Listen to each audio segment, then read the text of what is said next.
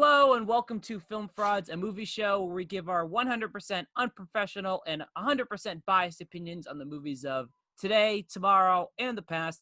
Today, Matt can't join us and I have to awkwardly do the intro. Matt cannot join us because he was arrested for his terrible La La Land opinion a couple episodes ago.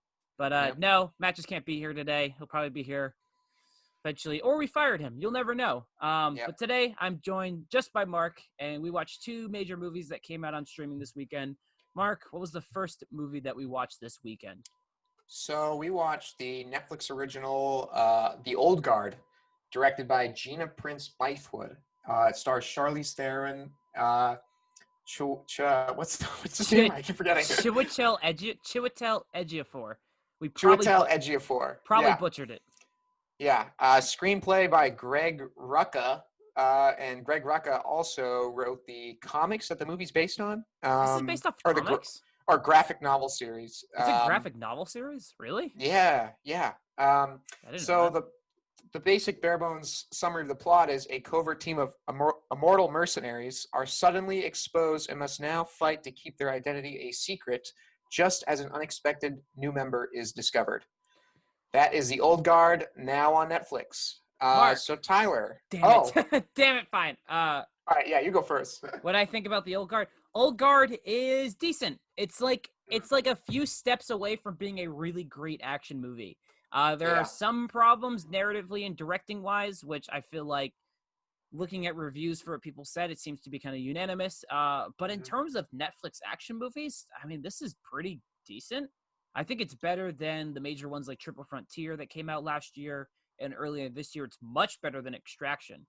But it holds its own pretty much, and I feel like there's a lot of really good things here and a lot of good ideas that, if fleshed out a little bit more, could have made it a really great movie as a whole. I mean, what do you think, Mark? Yeah, I went into this knowing absolutely nothing except that Charlize Theron was in it. So I was like, okay, this could be really good.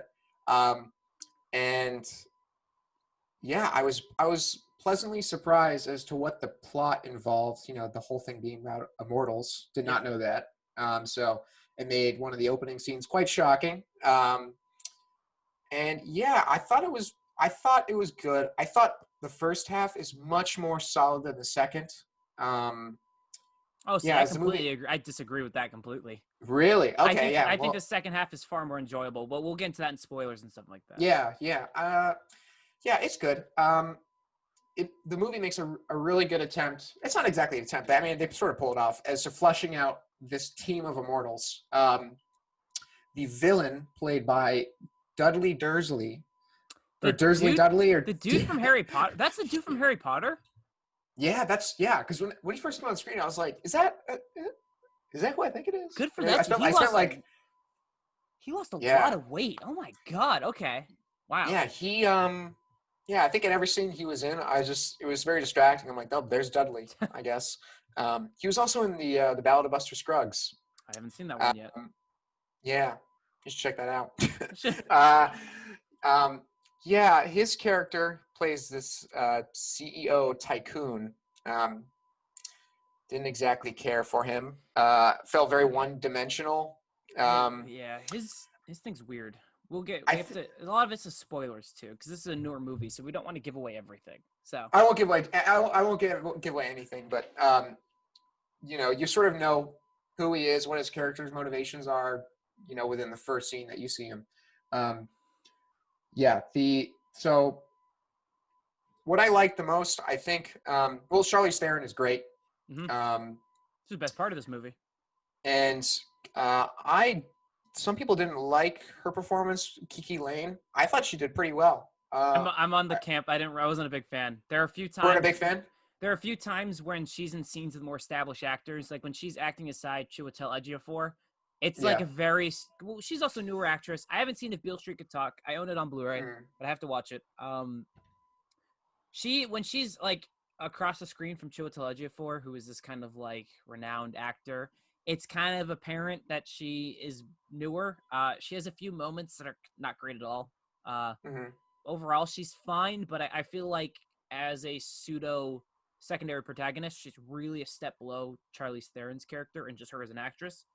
Yeah. She was actually she was one of the mainer problems I had was I didn't think she was that engaging compared to all the other characters in the movie. Yeah, I mean, I feel like that's very valid criticism, but her performance didn't really. I wasn't bothered by it at all, and I really liked her introduction as a character into this movie. That scene where she's introduced. Yep. I thought that was very well put together. But after that, it sort of doesn't really. Um, Yeah. One thing, and I'm sure you'll agree with me, is oh my god, the soundtrack in this movie Oh, it's awful. was It's awful. Well, it's not even like okay. Okay. There's a lot about this. There's a lot about this. For some reason, the movie opted to take well, one, it's very heavily inspired by the post 2014 John Wick trend, where it's focuses on that kind of training an actor to do her own stunts. Charlize Theron's great. She has pretty good stuff in Atomic Blonde, even though the movie's not that good. For some reason, John Wick has a soundtrack, a score rather. It doesn't have kind of that, because if you think of a soundtrack, I think it is just other music taken in and put over. Yeah. The studio, whoever made this movie, did not seem to learn from a post-Suicide Squad thing where audiences don't necessarily care about popular music being in movies. Mm-hmm. The biggest issue is overlaying them over action scenes. And that's one of my main criticisms of the movie is, one, the first two action scenes I don't enjoy. And that's an issue when there's only 3 main action scenes in the movie. Without spoiling much, the first 2 action scenes are overlaid with pop music. They are often shot in dark scenarios, so the background's very dark in a dark setting, with our main characters wearing dark uniforms fighting unknown people in SWAT uniforms in dark red shirts. Yeah, red shirts. So you very much the action's decently filmed. The stunts are really cool. Charlize Theron's doing her own stuff, and so a lot of the main actors. But it's basically like black dressed characters on a black set with it's dimly lit, and you can't really tell what's going on. The third action scene, which I'll get to more in spoilers, fixes a lot of that issues for me, despite having a freaking soundtrack kind of score over it. But yeah, soundtrack's not good in this movie. It's weird. It's kind of out of place from the more kind of serious tone of the movie too. Mm-hmm. So I think, if the music didn't have dialogue, like lyrics, like if there wasn't somebody singing, if it was just like music, it would have greatly improved the scenes that the music is overlaying, and it sort of takes out, you have this like sort of slow, it's like pop, but also kind of slow song, like someone singing. It takes all tension out of the scene. It's like, okay, we're now in the epic moment, and this is supposed to be epic, and our characters are going to be fine, and the tension's gone completely. So another thing that bothered me, I feel like this had definite what's the word? Is it pacing? Yeah, I guess it's pacing.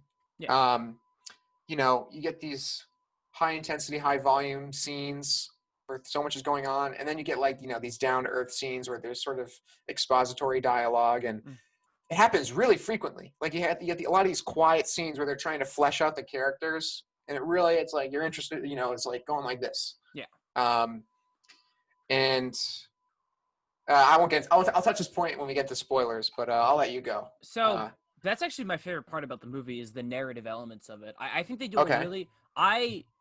This is, I'll say my kind of like main point when I give our grades to the movie later, but I think this movie does a really good job of fleshing out characters to the point where the action scenes felt like kind of the kind of, it was a block. It was a way to kind of, it was an interruption to character building. And to the point where, the third main final act action scene you have to have, but when there are action scenes in the first act and the second act, it felt like it was kind of like, man, I just wanted to spend more time with these people. Like, I don't necessarily want them kind of like having to just mindlessly kill people, even though it is entertaining. They have a couple really great scenes. There's one with Charlize Theron and who plays Andy, I think that's her name, and the Kiki Lane and plays Niall. They have a great interaction. There's one with the guy who plays Booker and Niall, where you're kind of, this movie takes an interesting turn and it starts to, not interesting turn, but it explores the kind of the ideology of these characters who are living forever, kind of what they have to deal with, how that is, kind of growing old and growing past everyone, and watching everyone they basically care about die and grow old, and they don't. And I really like that element because it touches on that more. Booker, especially, his entire character is he had to watch his kind of like kids die, and he gives like his kid who was in his 40s had cancer and basically like cast him away because he told him, "Hey, I live forever, but I don't know how to help you." Kind of it's an interesting character dynamic in these narrative scenes where they're kind of building the group together and building the interrelationships between the characters. I thought were the best parts of the movie. I was like, oh man, whenever they stop talking and then they have to fight, I was less interested in that.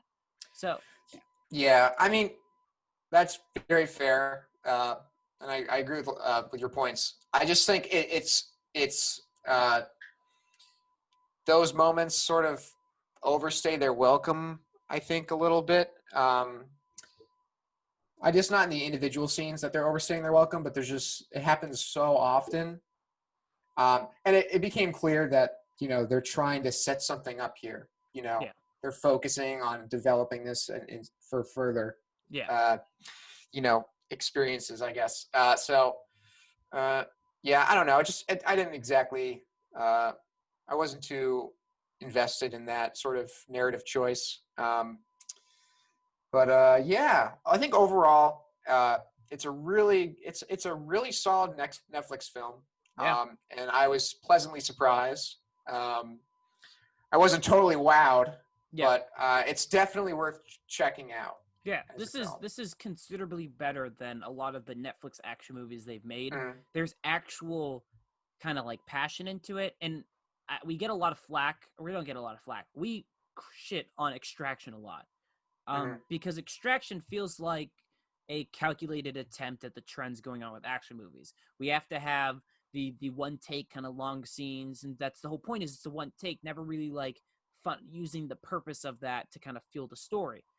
There actually seems like there's people behind the old guard who care about the property. I think Charlize Theron is really incredible in this movie. She's tough. She does her own stunts, and it's on camera.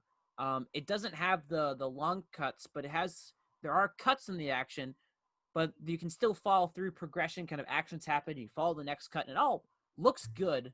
And there's a clear, definite kind of vision behind this. And you said it's off a graphic novel. I haven't read it. I honestly didn't even know it was until we started this episode. But you can kind of feel it if you really think about it. And I think there's definite kind of merit in this movie. Yeah, I mean, I definitely want to see more of this, story. Yeah. I don't think, this universe is it's not exactly a universe being set up, but, this world, that's explored in this film. I don't know if it was the best story possible. It's a really interesting premise, but I feel like there could have been there's a much more interesting story, I think, there that could be found. Do you feel like we should probably start spoiling some stuff? I think we should venture into spoilers. There's certain moments that I would like to discuss. Okay. Spoilers for the old guard. There won't be. We're gonna keep giving spoilers until we talk about our next movie. So, yeah, that's our non-spoiler points. I kind of agree about there's a better story in this. Because it very much turns into, hey, we just have to kind of show off that they're immortal and kind of do that kind of stuff. And look, let's just kill a bunch of mindless bad guys. Yeah. This movie is though nitpick heaven. I have a lot of like little. First off, I just want to get to one. First, I hate when movies do the, hey, look what happened, now let's go back, because the first shot of the movie is them all dead on the ground. Yeah. I wish, because I didn't know anything about this movie. I barely even read the synopsis. I wish we got, because the first like movie starts to first action scene is about 10 minutes. I looked. I would have loved if boom, boom, boom, they're all shot. And then that's the first time we see it. And it's like, oh my God, that's really cool. Instead, we get them dead, and you go, they're probably not dead. Like, it kind of takes away a little tension. Why don't they wear masks? They have, like, they're going out on a mission and killing people. They've shown where they have to be careful. They mention 1,000 times, like, we can't really hide in this world today. There's too much technology. wear a mask when you go kill people. Mhm. That was like the Yeah. first thing. I was like, well, now they all know who you are. Like they Mhm. just saw your face. Like if you had a mask on, they can go, well, that's not me. Look, I don't have a bullet wound. Do you really think that's possible? Mhm. That was like a little nitpick criticism. The villain in this movie sucks. Yeah. Sucks. Like it's I terrible.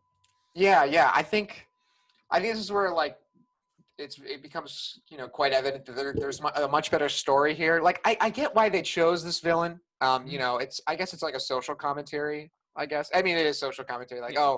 the ends that companies and conglomerates will go for the sake of profit Yeah. in the disguise of pursuing furthering Criticism. science. Criticism of capitalism, kind of one of those Yeah, things. Yeah. yeah. So I get the villain choice. It could have been something Well, else. the thing is though, they put that kind of humanity because you would expect, because at first he's like, it brings up the good idea, hey, if these people could help save millions of people from disease, boom, Mhm. great idea. Because now you throw that moral, like, yeah, that's a good point. Why don't you let these guys do some basic test on you?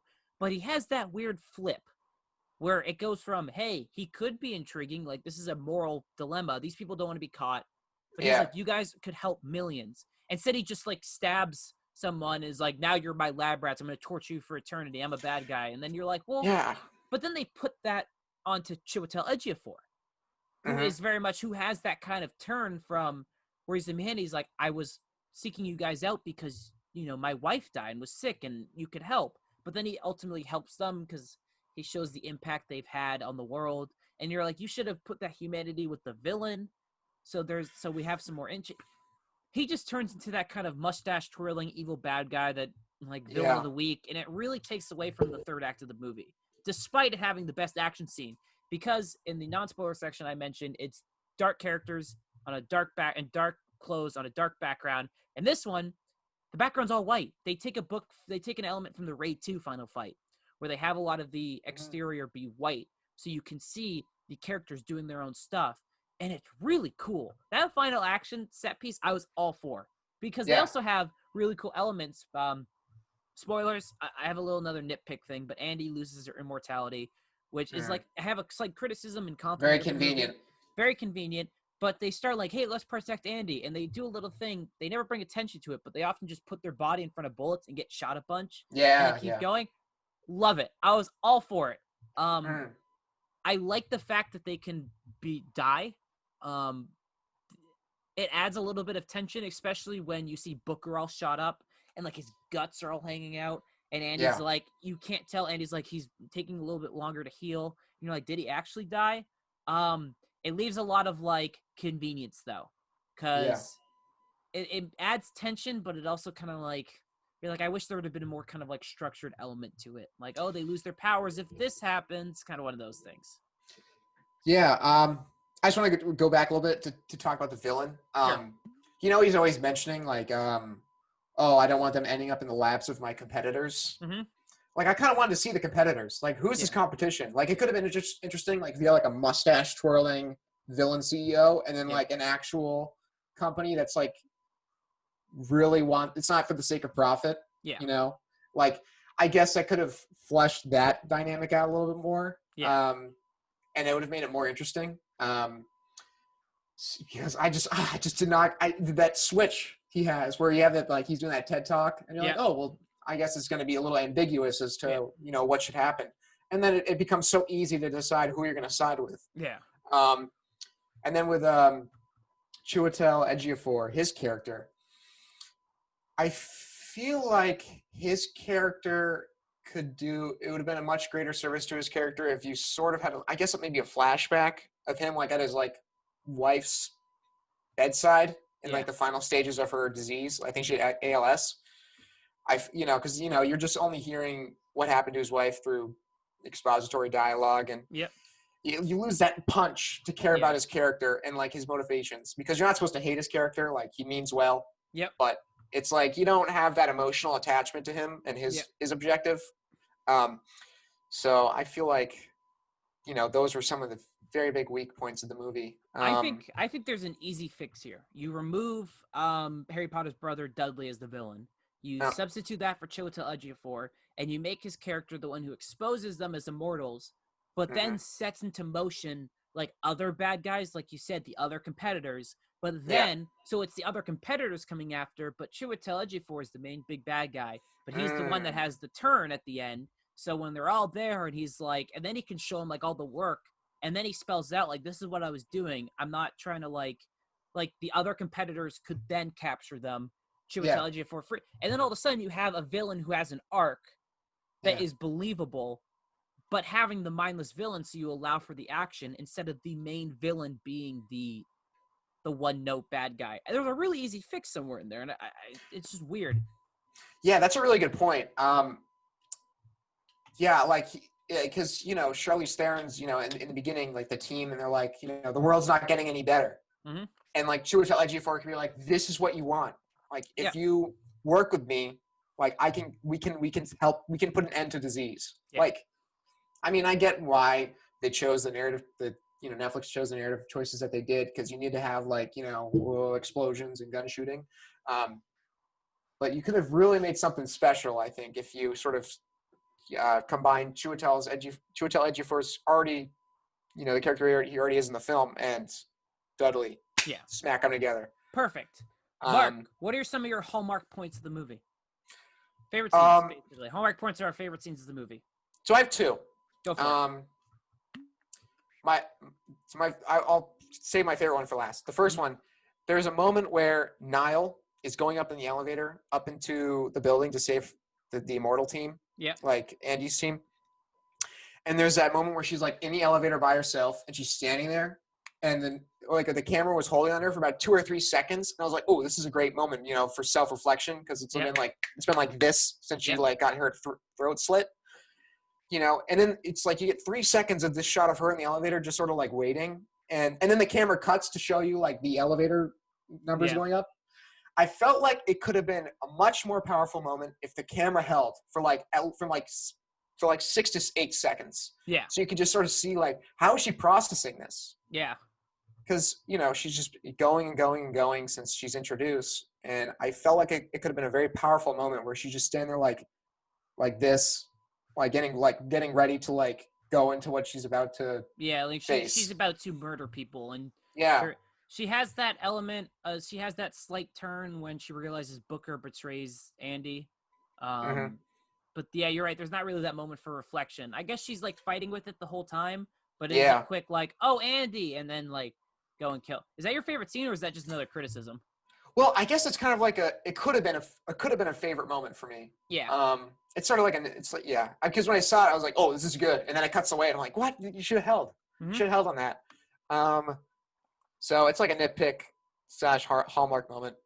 My favorite Hallmark moment was the flashback to Charlize Theron and her old companion. That one's really cool. When she's like, she's put into like that cage thing, and she's dumped into the ocean. I was like, holy shit, that is terrifying. Yeah. I cannot think of a more miserable way to suffer existence. She's constantly 500 years of constantly drowning, reviving, drowning, reviving. Yeah, that one was a lot. I was like, oh damn. That was really cool. I have two as well. One, I'll go towards the end. It's when Charlize Theron's been hurt and they're all protecting her, and then she has a weapon, and at a certain point she's like, fuck it, and goes out and just starts killing people. Yeah. I was like, that's really cool. I was like, I'm all for it, Charlize. I was like, you're the best.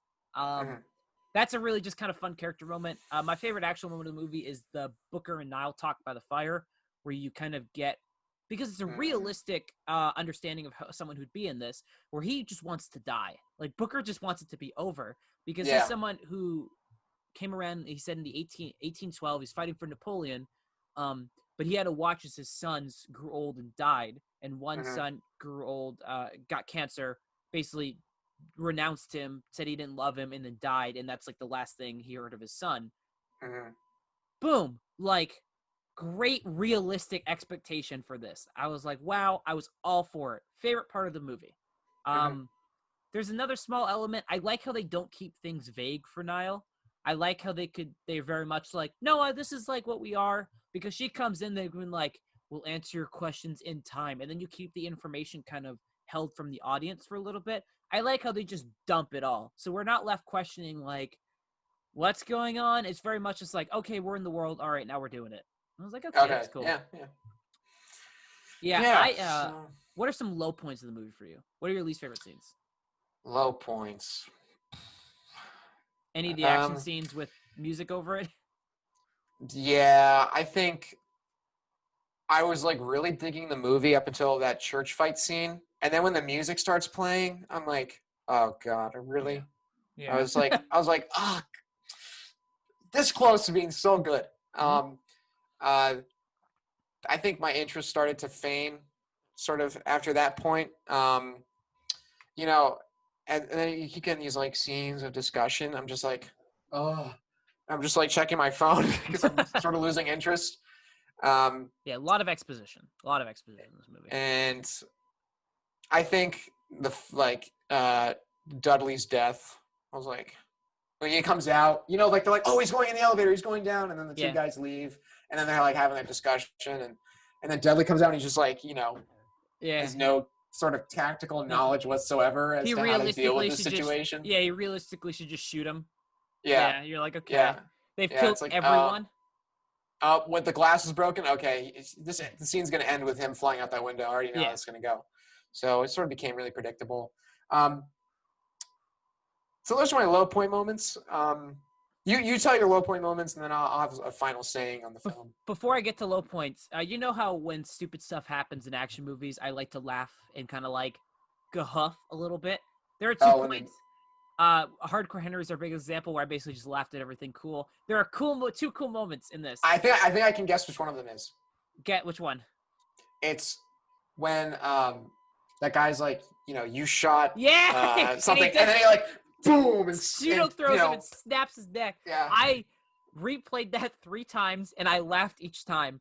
But there's also the point that previous fight, the exact encounter where he shoots Elliot, whatever his name is, but he just puts the gun in his mouth, quick fires, and I was like, that's really cool.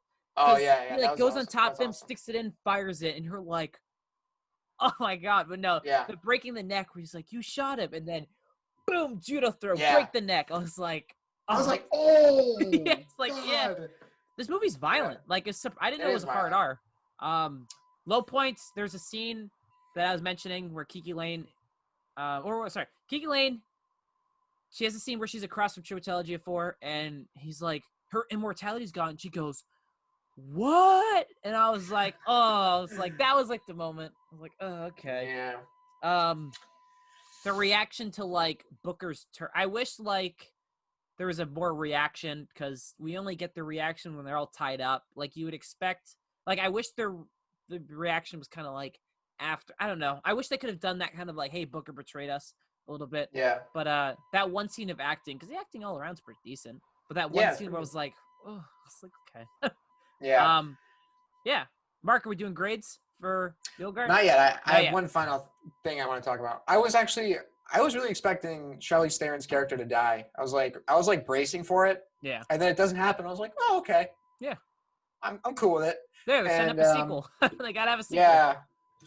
It was very evident that this is like they're setting something up here throughout the movie. And I didn't mind it. I thought it was done really well. Yeah, it is done well. Yeah.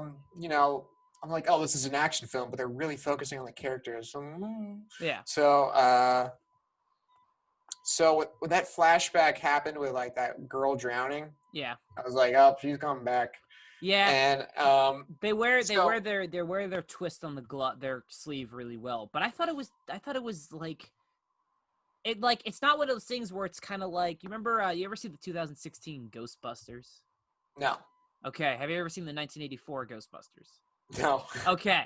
There is in the 1984 Ghostbusters, one of the main people they fight is Zool. In the 2016 Ghostbusters, in a completely different universe, after they defeat all the bad guys, they go, oh my god, we heard a voice, and it says Zool. Even though they had never mentioned it before. In the old guard, the sequel bait is something that was pertinent to a character development earlier. It flows naturally, unlike the 2016 Ghostbusters. Yeah. So what were you saying before? I had to think. I had a rant about the Ghostbusters for a second. Yeah. So, I mean, what do you think? Do you think she's going to be like the villain in the next one? Like, oh, you gave up on me? Yeah, Yeah, 100%. Andy is yeah. now Andy is now mortal, so you have that element. It's the personal revenge. This is like the generic action movie to establish characters and universe. Then you get the sequel that is a personal thing where she has to now fight the old friend turned foe. It's pretty Mm. cliche, but that's the thing. Do you want to get to grades? Because I want to make I have one final point. Um, Yeah, let's just grade. Mark. Sorry. Here at Film Frauds, we grade stuff on an A, B, C, D, F. We don't do any plus or minuses. I thought of that and I thought it'd be fun. Um, we might change it one day, but who knows? Mark, what do you give the old guard? I'll give it a C, like a very high C. Um, yeah, it pleasantly surprised me. I was not wowed, but I am interested in where this story is going to go. And I don't think I'll ever rewatch the movie, but again, I'm interested to see where it goes. I'll watch the sequel. So, for me, it was close between a C and a B. I'm a little more lenient with action movies. I'll have to admit. Um, and the main difference, and I'm actually gonna give the old guard a B. And Mhm, the only reason why is because I often don't care about sequels to action movies. I don't like. I just don't care. Like we get if it, and it's also if it's an action movie that's mediocre. Because why do I care about a sequel to a mediocre action movie? mhm, I At the end of the old guard, I thought you're right. Probably never gonna rewatch this movie, but I could see more. And I feel like mhm. boom, breaks that barrier right there. Because as Yeah. soon as it goes, I would watch an old guard too. Right there, Mhm. it's a movie that I can recommend to people. Whoa, whoa, whoa, whoa, whoa, whoa! You're telling me you're not going to want to see Extraction 2? Wait, they're making an Extraction 2? They set it up. Come on. Whoa, Chris no. Hemsworth's at the end, like out of focus in the last shot. Remember, the I kid thought he jumps was into the pool. I thought he died. No, Is that but it's like it's implied that he's alive Ugh. somewhere. I don't So want to sit and watch Chris Hemsworth kill people again.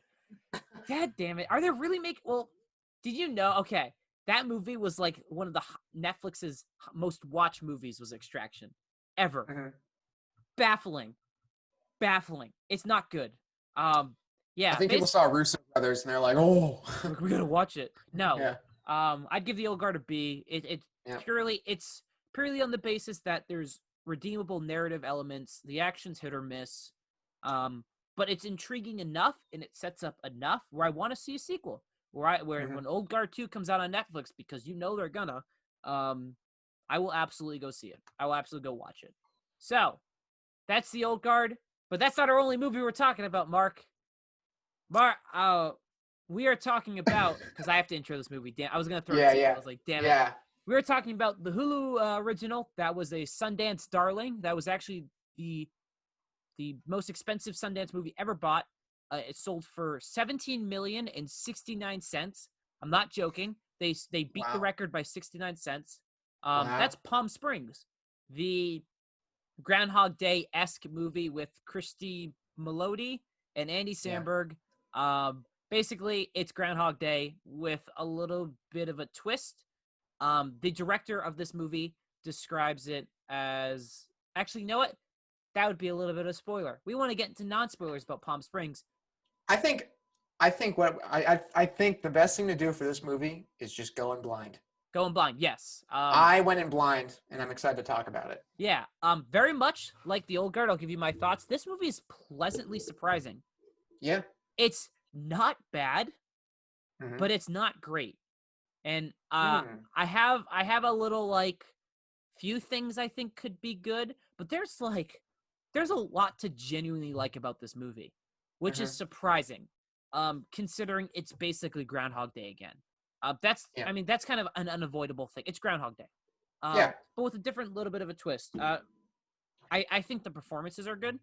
I think Hmm. the two leads have great chemistry. Andy Samberg might have the worst hair that's ever been in a movie ever.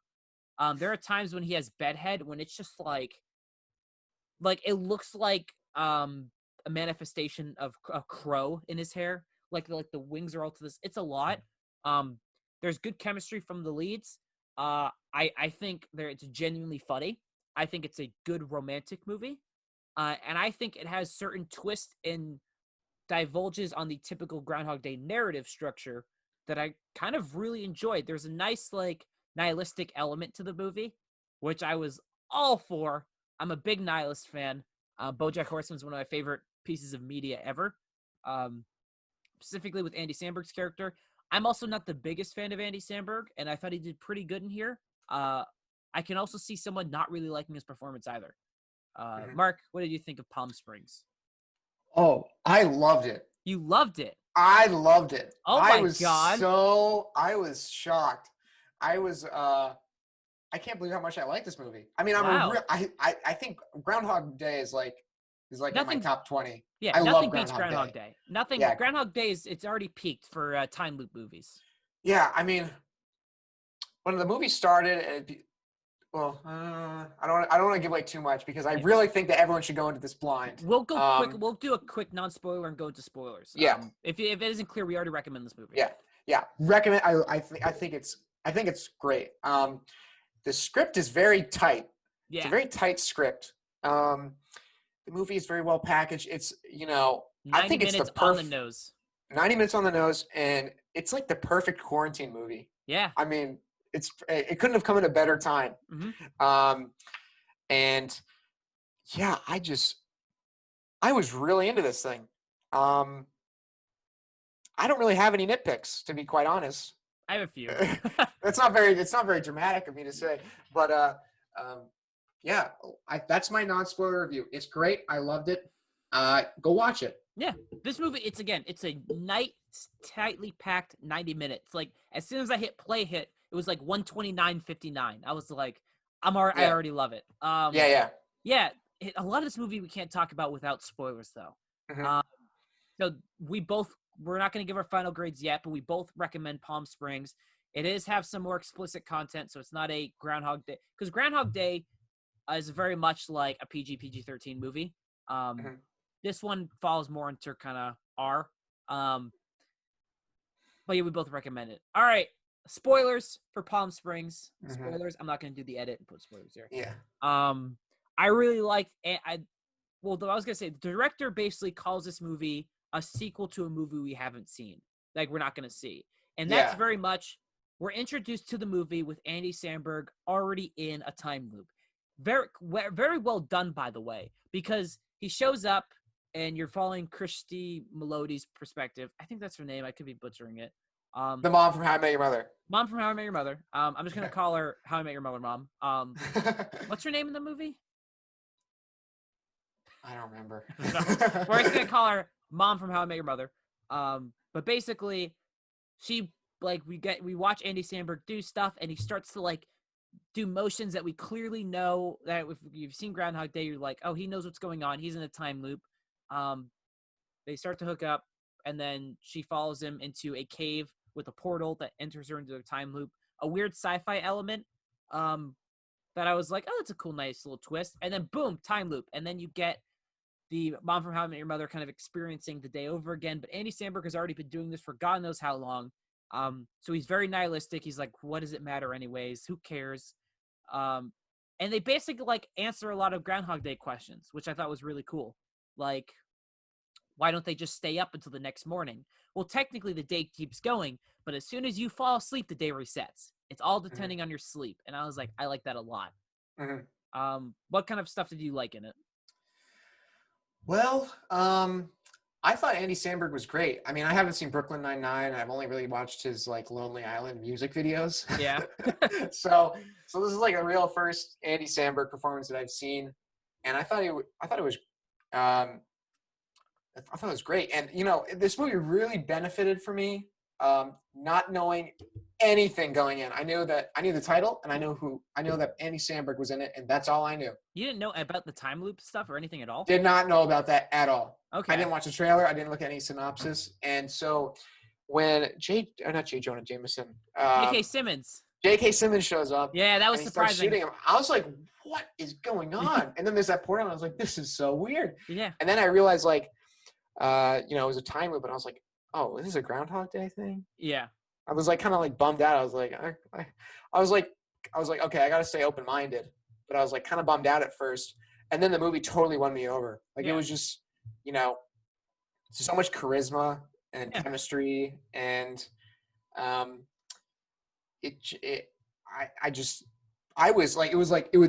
I turned it on and then it was over. It flew by so quickly. Yeah, it's very well paced, and I think that's a Yeah. very, very big compliment of the movie.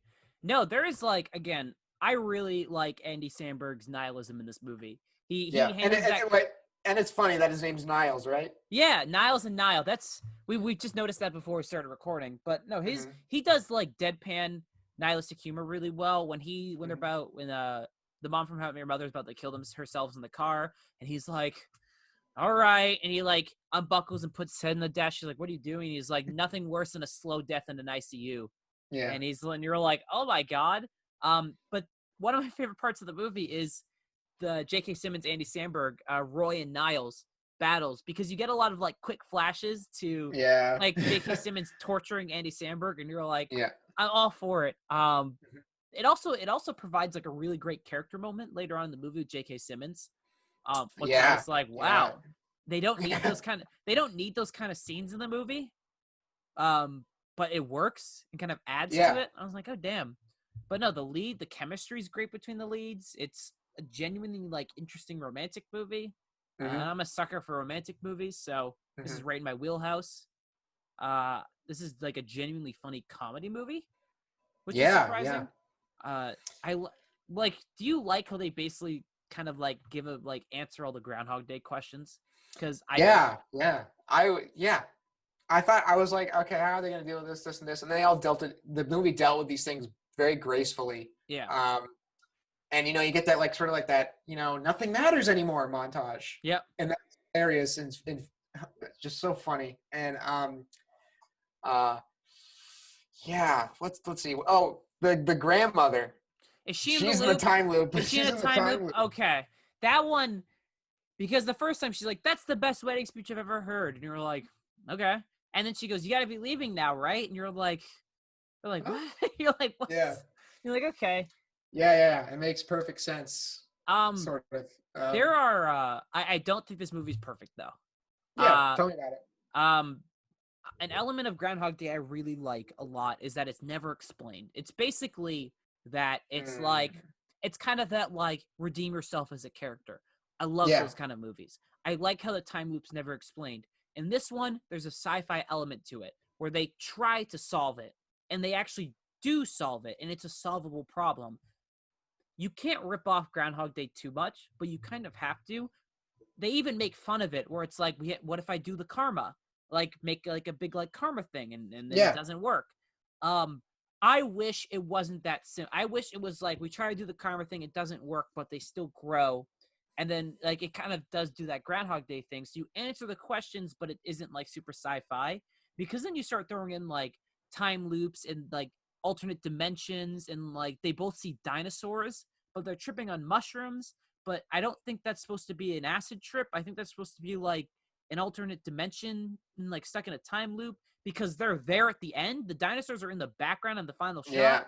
Yeah. And then J.K. Simmons and Andy Samberg don't know each other at the end when J.K. Simmons gets out. So are they in different realities? It starts to throw stuff in kind of like a little bit of a confusing thing. I also think they kind of wrote themselves into a little bit of a corner with the resolution to blow themselves up. And then that solves everything. Feels like they didn't know how to end the movie. I almost would have really preferred if they did all this stuff and then they went into the loop and blew themselves up, and then that's the end of the movie, and you never know if they got out. Loved it. Great movie then. I had a little bit. You really are nihilistic. I really am. I don't think this movie's really well directed. It's kind of like mediocrely directed. Nothing really like it. There's nothing like unique or that stands out. Like most of the dialogue shot over shot. There's like one or two like cool little things. When Andy Samberg realizes he wants to be with the mom with How I Met Your Mother, you get like the slow zoom on her face, and there's like stuff happening in the background. I just wish it would have been a little more creative with the directing. And the CGI is awful in this movie. Like there are a few like CGI like fire explosions that are just terrible. Yeah, like when that plane crashes. Yeah, it doesn't really bother me. it's like kind of one of those things where there's a little bit enough of it where it's like it can kind of be a criticism. But I think the directing of this movie is like adequate. There's like adequate in a sense that there's nothing like creative done with it. It's a very like simple directed movie, but that's not a bad thing. But it's just kind of like you could have done a little bit more. Well, I feel like that. Yeah, I see what you're saying. I feel like Is well, her name Rita? Is her name Rita? I think it might be Rita, the character. Yeah. That's the same name character, the friggin' woman from Groundhog Day. They're both Rita. I think that's a callback right there. Yeah. I was expecting him to do like a Groundhog Day reference. I was The like entire waiting for movie is a it. Groundhog Day reference. No, I mean like to like actually name the movie. It's like someone's like, you ever seen Groundhog Day? I was expecting yeah. like something like that. Like Yep. But back to the directing. You know, there's the director Sidney Lumet who did like 12 Angry Men, Serpico, Network, Dog Day Afternoon. Like you watch his movies and you're just so like engrossed in the film that you're not really like paying attention to any directorial techniques. Yeah. And a movie doesn't have to be sort of flashy. The director doesn't have to be flashy to tell the story. And I think there can be a comparison made here between this movie and Sidney Lumet movies, because it does the job it needs to do to tell the story. And I never like stopped to think like, oh, this is this could be shot better, or like this is a weird angle. Never really crossed my mind. And I think it's a sign of a good director when they can sort of present you the story without having to like sort of start getting the technical aspect of your mind starts to nitpick the movie. Yep. So it isn't really there's nothing flashy about it, but it does the job that it needs to do. That's a good point. It's a very good point. It doesn't really bother me. I completely understand. Yeah. And again, it's not like a giant criticism on the movie. I just wish there would have been like, because you throw in the montage scenes where they like do a bunch of stuff, and you kind of throw in like they kill themselves and kind of all that stuff. I wish that could have been like a vessel for a little more creativity. But again, it's not a giant critique, and I understand what you're saying. It does get the job done. Yeah. And I do think this is like a really solid movie. It's surprising, and I did not expect this. But Rotten Tomatoes has this movie at almost 100%, and I know Rotten Tomatoes doesn't matter really. No one really cares about Rotten Tomatoes, but I think that's impressive because it has something like 90 critics who have given this movie a positive review. Yeah. I was just really impressed by the screenplay. I just thought it was just very well put together. You get those like from like scenes from like the montage or like they're at the shooting range, or they're at like that safe house.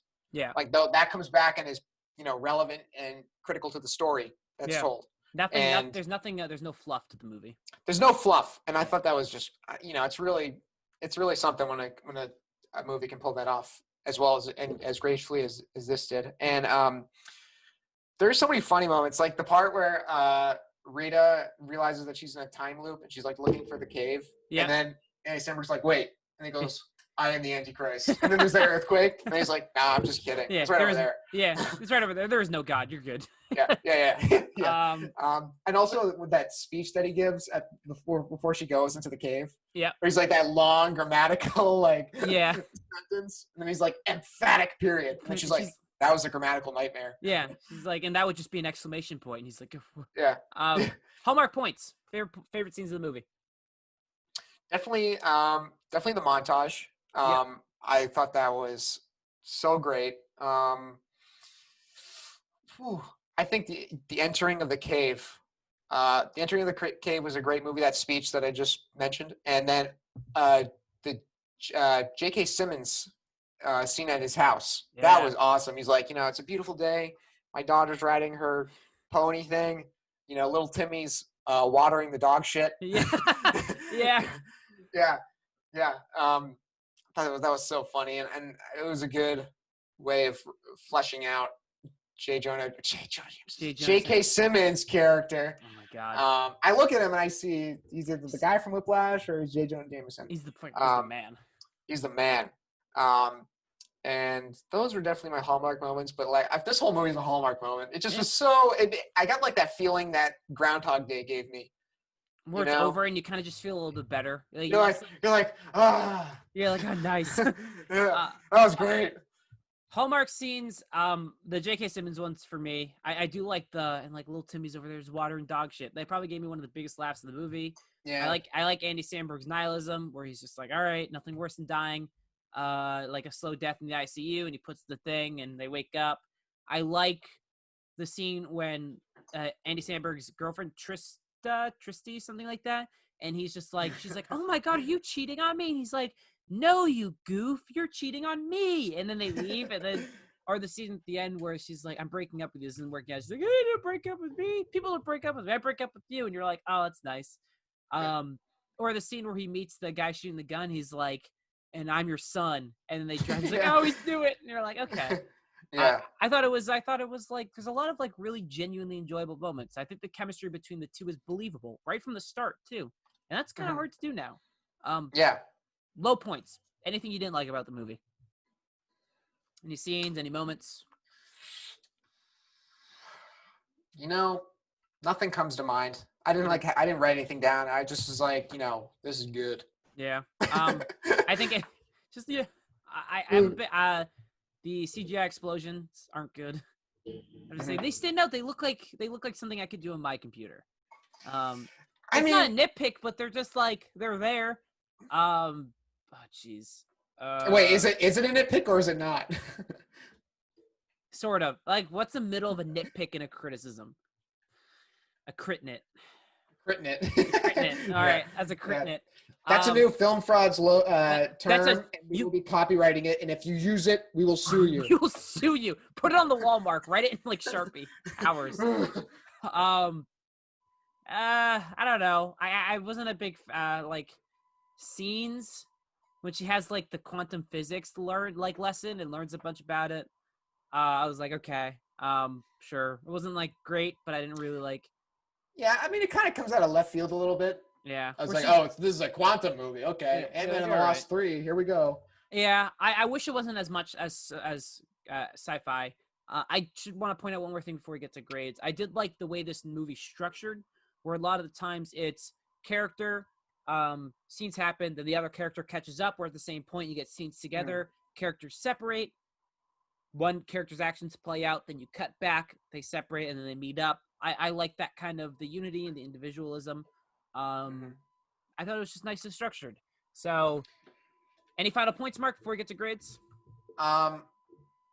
If you made it this far, then you've seen the movie, so I don't need to say go watch it. Yeah.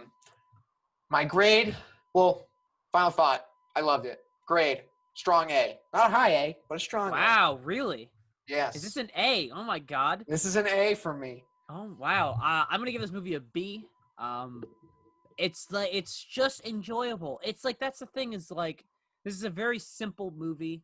I'm probably gonna end up rewatching it maybe down the line, and I think that's a really good recommendation because I don't often try to like rewatch movies often. I do to certain ones, but something like this, if it doesn't catch my attention and it's a one watch, then I kind of forget about it.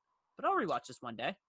I think if I could describe this movie in one word, I would just say it's delightful. That's a good word for it. Yeah. I think that's the best way to describe it. Yeah. Delightful. Yeah. All right. Those are our two movies. We'll do a quick what we've been watching because this so it's not too much information. Mark, what have you been watching since the last time we talked? So the last time we talked, I watched Mean Streets, which is Martin Scorsese's third film. And it stars Harvey Keitel, Robert De Niro, and some other guys. And it's on Netflix, and I watched it, and it was good. Yeah.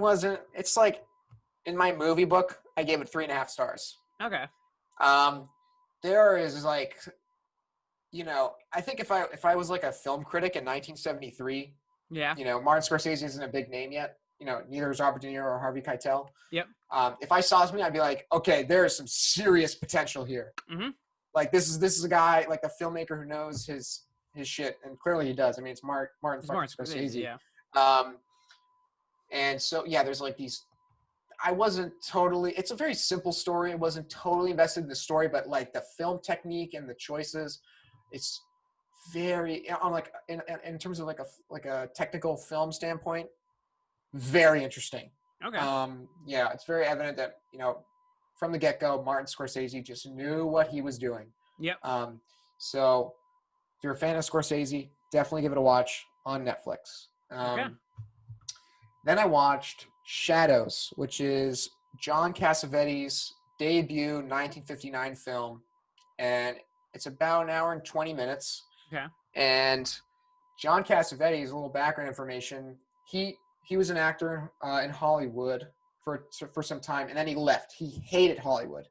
You know, he wrote this like scathing criticism in like a film magazine that came out in the 50s. Like, Yep. it's like, you know, Hollywood isn't failing, it's failed. You know, Okay. he talks about like how money grubbing producers are, you know, compromising, you know, artist visions in the industry. And so you get this, you know, these crap movies that come out. And this is back in the 50s, so I guess it's definitely still pertinent today. And so, and you may know him if you've seen Rosemary's Baby, which is Roman Polanski's like horror film with Mia Farrow. He plays the husband. And so Shadows was great. I gave it like a 4 out of 5 stars. And the whole movie is improvised. The whole movie is improvised. John Cassavetes was like, he was very much an actor's director. Yeah. So he'd like give the actors, he'd say, okay, here's where the scene starts. Here's where it ends. You figure out the dialogue, go. Okay. And that's the whole movie. And it works. And there's so much, I mean, you know, the words John Cassavetes and truth are synonymous because like it's so real what he puts to film. Okay. And you know, you care about the characters you see on screen, and it's, you know, very captivating, and it's just so real and truthful, and it's quite an interesting cinematic experience, I guess. Okay. So I'm very excited to see his other films that I own. John Cassavetes' Shadow. When it came out again? Shadows. It came out in 1959. Dang. I'll have to watch it, but one day. Yeah, one day. You can borrow. I got. You can borrow the set after I'm done with it. Oh my god, you have so many freaking Criterions. I watched 2 movies. I'm trying to look at the letterbox. Yeah, I watched Hail Caesar, the 2016 Coen Brothers movie. It was fine. It's weird. I can understand why someone would love this movie, but there were simply elements of it that I just didn't enjoy. It's still the Coen Brothers movie, so there's still that base level of like competency with acting and directing and story, but I just didn't find it that engaging. There were elements I don't want to spoil just in case you haven't seen it that I thought weren't as pertinent or important to the story, or just as engaging, because pertinent and important are the same word. That's an English lesson for you guys. Pertinent is just a synonym of I'm glad you wrote it down. It's just a synonym of important. But there's stuff that I just thought wasn't necessary and didn't really add a lot to it. But there's a lot of great, like if you're a big fan of old Hollywood, this is really cool. Channing Tatum's really good in it. And the dude, I want to sing my praises. The dude who plays Han Solo, Alden Ehrenreich, whatever his name is. Ehrenreich. He's really good in this movie. He's really, really good, and I was a big fan. George Clooney's also a lot of fun. He's good in Solo. I mean, I thought he was like one of the best parts of Solo. He's like genuine, like really good in this. He plays like a naive like cowboy and stuff like that. It's legitimately engaging. Yeah, so it's a fine movie. If you're into the Coen Brothers, you probably have already seen it. If you haven't, it's a Coen Brothers movie. You know you're gonna get. Second one I finished today was Wildlife, the Paul Dano directorial debut. I bought it on Criterion during the Criterion sale. I've watched some of the extra special features. It is a really good directorial debut. It has wonderfully written characters. It's very much my type of movie where oftentimes the camera's just set and characters will walk into frame and kind of actions will happen. They feel like naturally with the camera not kind of intrusive on the life itself. There's a really great kind of like set design and color palettes and kind of stuff like that, and characters. The kind of just world they lived in feels very realized. The characters are also very well developed. I would say there's 2 main criticisms I have about the movie. It's that there's the score. There isn't really one, and if there is, it's not good. There's only one really instance of it. I feel like there are times when a score is very necessary in this movie, and it's not there. And that Jake Gyllenhaal isn't in the movie enough. And I know that doesn't seem like, but his character is important enough to the story that I wish we would have gotten more of him, because he's essentially gone for 2/3 of the movie. And he's more of kind of like his who he represents to this family. His lingering effects of him leaving is felt, and I would have rather had him in the movie a little bit more as kind of a actual tangible presence. Just because Jake Gyllenhaal, I mean, he's amazing, and his character's really interesting too. But I mean, in terms of a directorial debut, this is really great, and I'm really excited to see what Paul Dano does. And I still have some special features to watch. But I mean, this is a really good directorial debut from Paul Dano, and that's basically what I've been watching. So, Mark, what's our call to action? Like, subscribe, and share the video if you enjoyed. Okay. Comment your favorite film fraud. Is Matt? Matt's still a contender, even though he's not here. Damn it. So yeah, hope you enjoyed. Matt should be back. We'll see. What are we doing next? What are we doing next? Is it Insomnia? I don't know. Okay, I think we're doing. Yeah, it is Insomnia. So like we did with Mark's Paul Thomas Anderson in the Boogie Nights, we're doing our director series, but with me. I'm choosing Christopher Nolan and the movie Insomnia, his first major motion picture, besides The Following.